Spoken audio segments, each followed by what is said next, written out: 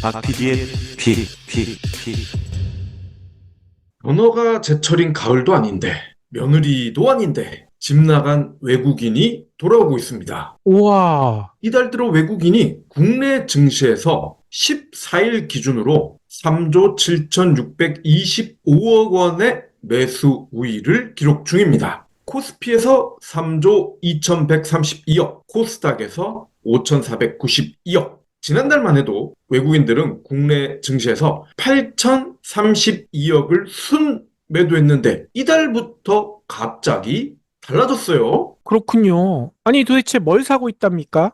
삼성전자와 하이닉스를 많이 사고 있는데요. 각각 1조 4,386억, 1조 3,185억, 그리고 한미반도체도 눈길을 끄는데요. 1,138억을 사들여서 외국인 순매수 7위에 올랐습니다. 전체 외국인 순매수 가운데 반도체 대형주에만 2조 8,709억 원이 몰렸습니다. 그리고 삼성전자와 하이닉스를 동시에 사고 있는 것도 눈에 띈다는 거예요. 외국인은 그동안 삼성전자와 하이닉스 둘 중 하나를 훨씬 더 많이 샀는데 반면에 둘 중 하나는 팔았는데 이제는 둘 다 사고 있다는 겁니다. 오호. 아니, 외국인들이 이렇게 마음을 바꾼 이유가 뭘까요? 엔비디아의 액면 분할 이후에 AI 반도체에 대한 투자 심리가 확대되고 있고 이에 따라 HBM 수요 그리고 그 밖에 IT 제품 판매량이 증가할 것이고 그렇게 되면 반도체 전체적으로 업황이 살아날 것이다 라고 외국인들이 판단을 했다는 겁니다. 그렇군요. 아니, 그러면 이게 마음이 계속 바뀔 것인지 아니면 마음을 또다시 바꿀 것인지 이게 중요하잖아요. 외국인들의 순매수 한동안은 이어질 것 같아요. 반도체 업황 개선과 주가 상승이 기대되기 때문인데 일단 27일 마이크론이 실적 발표를 합니다. 요즘 마이크론이 아주 핫하지 않습니까? 과연 핫한 만큼 실적도 핫할지 27일 결과가 공개되고요. 7월 초에는 삼성전자의 2분기 잠정 실적 발표 있기 때문에 이때도 아마 좋은 성적표를 받을 것이고 그렇게 되면 삼성전자의 주가도 오르지 않겠느냐라는 거죠. 아무래도 HBM 물량 증가 그리고 범용 반도체 판매 가격 상승으로 이익 추정치가 계속 올라가고 있기 때문입니다. NH투자증권이 이런 설명을 합니다. 하반기 금리 인하 가능성 그리고 AI 산업 성장의 기대감 여전하다. 이달 1일부터 10일까지 한국의 하루 평균 수출액이 11.2%가 증가했다. 즉 수출 호조가 지속되고 있어서 K-문화 관련된 화장품뿐만 아니라 메모리 반도체, IT 부품, 수출 단가가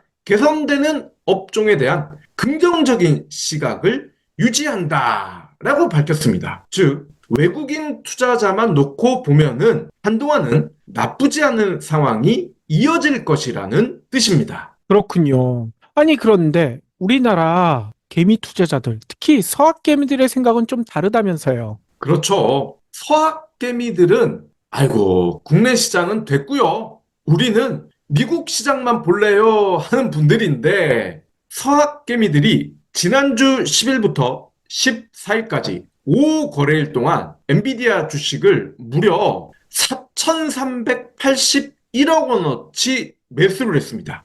6월 3일부터 7일까지만 해도 서학개미의 엔비디아 순매수 규모가 2,700억 원이었단 말이죠. 그러다가 지난 11일을 기점으로 급증했고요. 11일 하루에만 715억 원어치나 엔비디아를 사들였습니다. 엔비디아가 주식을 액면 분할을 했다. 즉 투자 접근성이 나아졌다라는 분석입니다. 엔비디아는 지난달 1분기 실적 발표와 함께 액면 분할도 동시에 알렸고요. 10일에 액면 가치를 10대 1로 쪼갰습니다. 즉 1,200달러였던 주가가 120달러가 됐다는 거죠. 물론 공식적으로 액면 분할 그 자체는 기업 가치에 영향을 미치지 않습니다. 하지만 가격이 10분의 1로 떨어지니까 투자자 입장에서는 부담이 한결 덜어지는 효과가 있거든요. 그래서 대개의 경우는 호재로 작용을 합니다. 아니나 다를까? 엔비디아 주가 액면 분할하자마자 9%가 넘게 올랐습니다. AI 훈풍에 액면 분할까지 겹치면서 엔비디아는 서학개미들의 순매수 1위 종목으로 올라섰습니다. 지난주 순매수 결제 금액 기준으로 2위부터 14위까지 쭉 줄을 세웠는데 순매수액 기준 줄을 세웠는데 다 합쳐도 엔비디아 하나를 넘지 못하는 기현상이 나타날 정도로 서학개미의 엔비디아 사랑은 아주 뜨거웠다는 겁니다. 그렇군요. 그러면 지금까지 종합해 보면 외국인들은 국내 주식을 사고 있는데 정작 우리나라 국민들, 개미들은 해외 주식만 사고 있고 이게 어찌 되는 겁니까? 그러게 말입니다. 중요한 건 한국 시장도 그렇고 미국 시장도 그렇고 매수세가 계속 이어지고 있다는 거예요. 한미 양국의 주식 시장이 달아오르고 있습니다. 주식 시장은 오늘보다는 내일의 가치에 배팅하는 곳이기 때문에 지금 화랑이라는 건 그 전부터 불이 붙었다는 뜻이죠. 그래서일까요? 개인 투자자의 비투 잔액이 올 들어 처음 20조 원을 넘어섰습니다. 코스피 지수가 연 고점에 다가서고 있고 테마주, 업종주 간에 빠른 순환매가 나타난 영향이다 라고 전문가들이 분석을 합니다. 순환매, 특정 종목의 주가가 오르면 이와 관련된 업종 내에 다른 종목들에 대해서도 순환적으로 매수세가 형성돼서 주가가 오르는 현상을 뜻합니다. 쉽게 말해 비빔밥이 많이 팔리면 비빔밥에 들어가는 수많은 야채들 가격도 올라간다. 이렇게 생각을 하시면 될 것 같습니다. 16일 금융투자협회에 따르면 신용거래 융자 잔고가 20조 1216억 원입니다. 빚내서 주식을 사는 규모가 20조가 넘어요.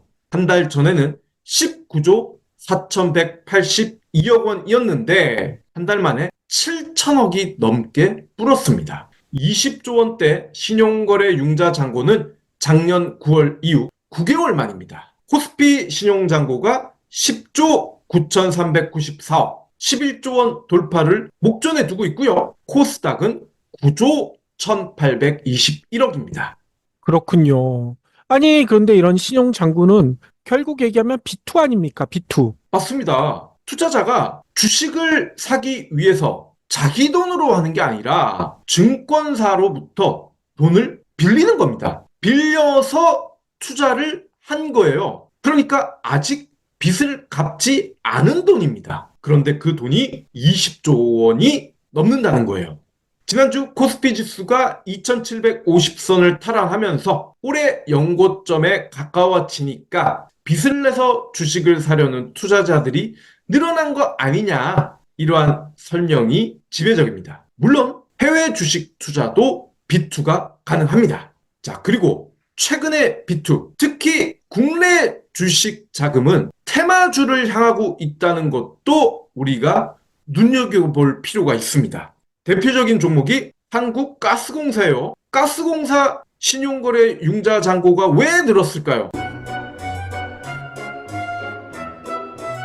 주말에 등산하셨다고요? 주말에 지역 축제 다녀오셨다고요? 니곽스 베이스워시로 세탁하셔야죠. 면이 아닌 화학섬유는 전용 세제로 빨아야 오염물질이 제대로 제거됩니다. 일반 세제로 세탁하면 잔여 오염물이 남아서 옷장에서 냄새가 날 수 있어요. 평일에도 속옷은 물론 아이들 교복, 체육복이 세탁 바구니에 쌓인다고요? 이런 옷들도 대부분 화학섬유로 만들어졌습니다. 지금은 니곽스 베이스워시 할 시간입니다. 베이스워시는 네이버에서 경불진모를 검색하시면 구매하실 수 있습니다.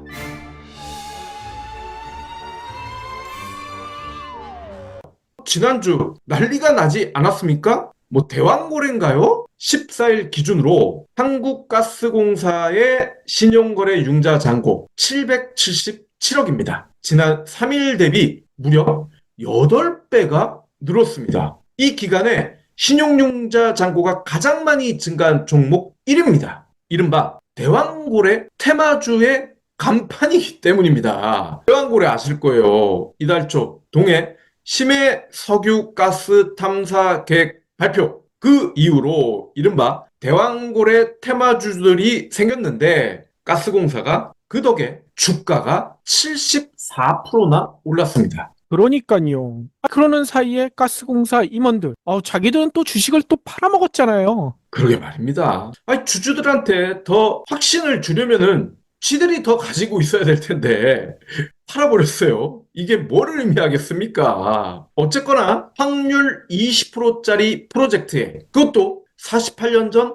박정희도 써먹었다 실패했던 이벤트인데 주가가 이렇게나 올랐다니 놀랍습니다. 테마주의 특징은 말로 시작해서 말로 끝난다는 점이죠. 기름이 20%의 확률로 나올 수 있다는 말이 나오기 직전부터 이를 귀신같이 알고 산 사람들이 나타납니다. 그러다 시추를 했는데 기름이 나올 가능성이 희박하다는 말이 나오면 그 직전에 또 귀신같이 알고 팔아제끼는 사람들이 나타납니다. 결국 말이 나왔다가 사라지는 그 중간에 들어온 순수한 개미들만 다 털리는 거죠. 그런 게 바로 테마주입니다. 이 귀신 같은 놈들의 정체 여러분들도 짐작하실 거고요. 물론 시추를 했더니 정말 뜻밖에도 정부의 말대로 엄청난 양의 기름이 나온다면 주가는 더 오를 수도 있어요. 하지만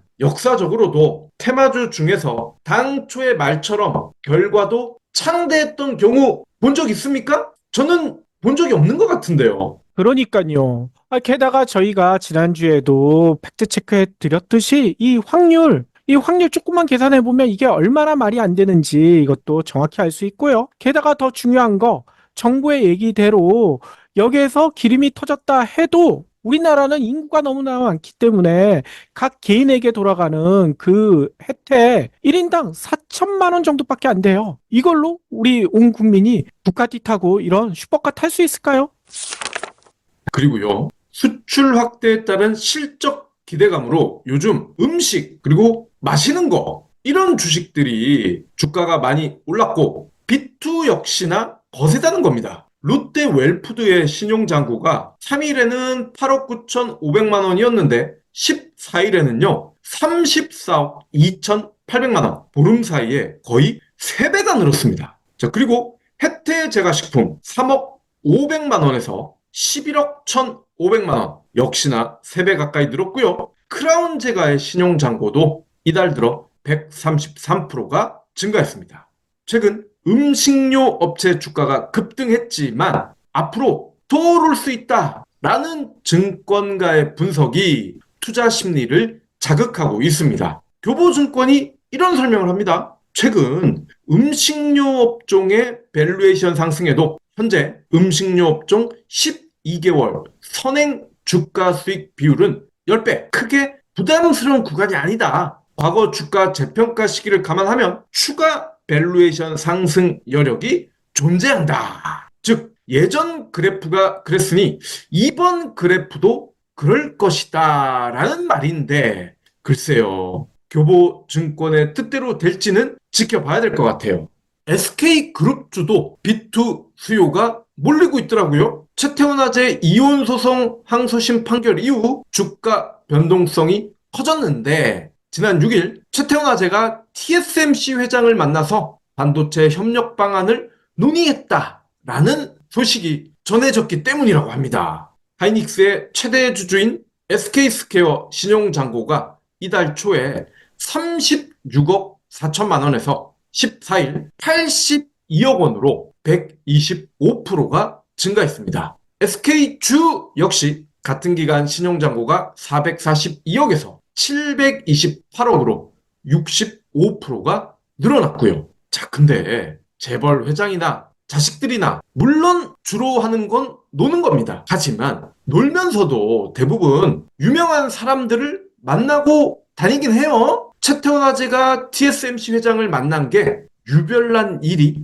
아니라는 겁니다. 제드래곤도 저커버그 만나고 그러잖아요. 그런데도 증권사나 관계자들은 그게 호재라면서 펌프질을 합니다. 그러니까요. 만나는 것보다 더 황당한 일도 지난주에 벌어졌잖아요. 이 현대차의 정몽구 명예회장 건강이 안 좋다. 갑자기 이게 찌라시로 퍼지면서 현대차 그룹주 급등하지 않았습니까? 그래서 현대차에서는 이거 사실 무근이다. 뭐 이런 공시까지 하고요.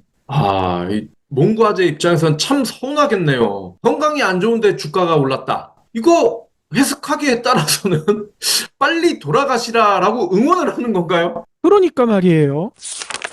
외국인 투자자는 늘 그렇듯 먹을 게 있으면 들어오고 없으면 바로 나갑니다. 계속 있지 않아요. 테마주도 마찬가지죠.